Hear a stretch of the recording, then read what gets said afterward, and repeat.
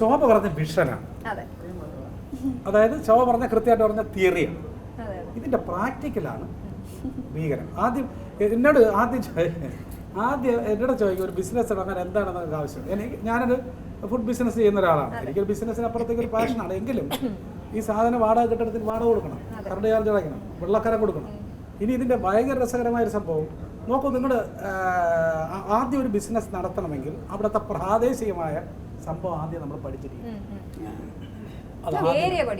Area പഠിക്കണം, എവിടെയാണ് ഇത് ചെയ്യേണ്ടതെന്നുള്ള സാധനം. പിന്നെ രണ്ടാമത്തെ കാര്യം, ഈ വിഷൻ എന്ന് പറയുന്നത് ഈ സാധനം ഇപ്പം ഈ സ്വഭാവം ചെറിയ കാര്യമല്ല. നമുക്ക് കൃത്യമായി എന്താണ് ചെയ്യേണ്ടതെന്നുള്ള ധാരണ നമുക്കുണ്ടാകും. 1 year പ്ലാൻ, 5 year, അതായത് ഷോർട്ട് ടേമും ലോങ് ടേം പ്ലാനും നമുക്ക് വേണം. അതിന്റെ ഇടയിൽ ഈ കുറേ പ്രശ്നങ്ങൾ വരും, ഇട്ടിട്ട് പോയി. ഇപ്പൊ തന്നെ റെസ്റ്റോറൻറ്റ് ബിസിനസ്സിൽ ഒരുപാട് യങ്സ്റ്റേഴ്സ് ഇപ്പൊ പഠിച്ചു കഴിഞ്ഞ ഉടനെ തന്നെ ഇപ്പം ടെക്കീസ് തന്നെ പഠിത്തം നിർത്തിയിട്ട് അവര് ഒരു 5 പേര് ചേർന്നിട്ട് റെസ്റ്റോറന്റ് ബിസിനസ്സിൽ നമ്മളിപ്പോ ആദ്യം ലൈസൻസ് കിട്ടണമെന്നുണ്ടെങ്കിൽ വെള്ളം ടെസ്റ്റ് ചെയ്യാൻ പറ്റും. ശ്രദ്ധിച്ചോളണം, ഭയങ്കര രസമാണ്. റെസ്റ്റോറന്റ് ബിസിനസ് ആദ്യം വെള്ളം ടെസ്റ്റ് ചെയ്യണം. പബ്ലിക് ഹെൽത്ത് ലാബിൽ വെള്ളം ടെസ്റ്റ് ചെയ്യാൻ കൊടുക്കും. ഇനി അതിന്റെ ഏറ്റവും വലിയ കോമഡി എന്ന് പറഞ്ഞു കഴിഞ്ഞാൽ കോർപ്പറേഷൻ തരുന്ന വെള്ളം ടെസ്റ്റ് ചെയ്യാൻ കൊടുക്കും നമ്മൾ. അപ്പൊ ഞാൻ എന്താ ചേച്ചി, ഇത് അധികാരപ്പെട്ട ഒരു സർക്കാർ സ്ഥാപനം തരുന്ന വെള്ളമല്ലേ, അത് അവരല്ലേ ടെസ്റ്റ് ചെയ്യണത്. അതൊക്കെ അവരെ ടെസ്റ്റ് ചെയ്യണം, പക്ഷെ നിങ്ങൾ ടെസ്റ്റ് ചെയ്യണം. നമ്മൾ ടെസ്റ്റ് ചെയ്യണമെന്ന് ഈ സാധനം കൊണ്ടുവന്ന് പബ്ലിക് ലാബിൽ കൊടുക്കുമ്പോൾ 30 ദിവസം കഴിഞ്ഞതിന് ശേഷം റിസൾട്ട് കിട്ടും. ഇനി ആലോചിച്ച് നോക്കണം, 30 ദിവസത്തിനിടയ്ക്ക് നമുക്കിത് ലൈസൻസ് എടുക്കണമെന്നുണ്ടെങ്കിൽ ആദ്യം ഓൺലൈനിലേക്ക് ഇത് സബ്മിറ്റ് ചെയ്യുമ്പോൾ ആദ്യം ഓൺലൈനിൽ ചോദിക്കുന്ന ഒരു സാധനമാണ് വാട്ടർ ടെസ്റ്റിങ്ങിന്റെ സാധനം. അത് നമ്മൾ കൊടുത്തുകൊണ്ടിരിക്കട്ടെ. കൊടുത്തു കഴിഞ്ഞാൽ 30 ദിവസം കഴിഞ്ഞാൽ കിട്ടുള്ളൂ.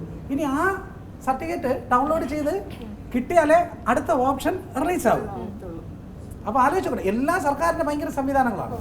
ഇതാണ് ഏറ്റവും വലിയ. പഴങ്കഞ്ഞി വിൽക്കാൻ പാടില്ല. ഒരാൾ എൻ്റെ അടുത്ത് ഒരു ഹെൽത്ത് ഇൻസ്പെക്ടർ പറഞ്ഞാണ്, ഞാൻ അയാളുടെ മുഖത്ത് ഇങ്ങനെ കുറച്ച് നേരമായിരുന്നു ചിരിച്ചു. ഞാൻ പറഞ്ഞു ഉണ്ട്, അത് തന്നെ പഴകിയ ഭക്ഷണം വിൽക്കാൻ പാടില്ല എന്നാണ് പുള്ളി പറഞ്ഞത്. അപ്പൊ ഞാൻ പറഞ്ഞു, പിന്നെ പഴങ്കഞ്ഞി ഏത് കാറ്റഗറിയിൽ വരും? ഞാൻ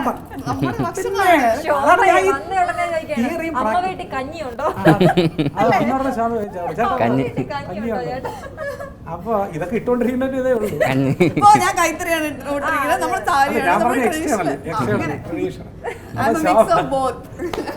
അപ്പൊ നമ്മുടെയൊക്കെ ഉള്ളില് ഈ പറഞ്ഞതുപോലെ ഈ ശോഭ പറഞ്ഞ പോലെ ഇതിനകത്തൊരു ബിസിനസ് തുടങ്ങാൻ നേരത്ത് ഇതിനകത്തുള്ള കുറെ വിരോധാഭാസം, ഐറണി എന്ന് പറയും, കോൺട്രഡിക്ഷൻസ് ഭീകരമാണ്.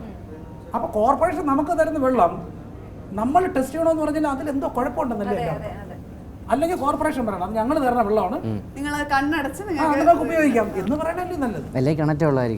അല്ലെങ്കിൽ നമ്മുടെ ഓൺ പ്രോപ്പർട്ടിയിലോ കിണറ്റിലുള്ള വെള്ളമാണെന്നുണ്ടെങ്കിൽ പറയാം, നമ്മുടെ ആ സോഴ്സ് നമുക്ക് മാത്രമേ ഉള്ളൂ, പുറത്തേക്ക് പോകുന്നില്ല. അത് അങ്ങനെ ഈ പറഞ്ഞ ശോഭ പറഞ്ഞ പോലെ വിഷൻ എൻ്റെ അഭിപ്രായത്തിൽ വിഷൻ സെക്കൻഡാണ്. ആദ്യം ഈ സാധനം എങ്ങനെ നടത്തിക്കൊണ്ട് പോകാമെന്ന് നോക്കണം. ഇതിന്റെ നൂലാമാലകൾ എന്ന് പറഞ്ഞു കഴിഞ്ഞാൽ ഭീകര നൂലാമാലയാണ്, ഒരു രക്ഷയില്ലാത്ത നൂലാമാലകളാണ്. തിരിച്ചു ചാവും. പ്രത്യേകിച്ച് ഫുഡിന്റെ മാത്രമല്ല, ഈ ഞാൻ ചോദിക്കട്ടെ,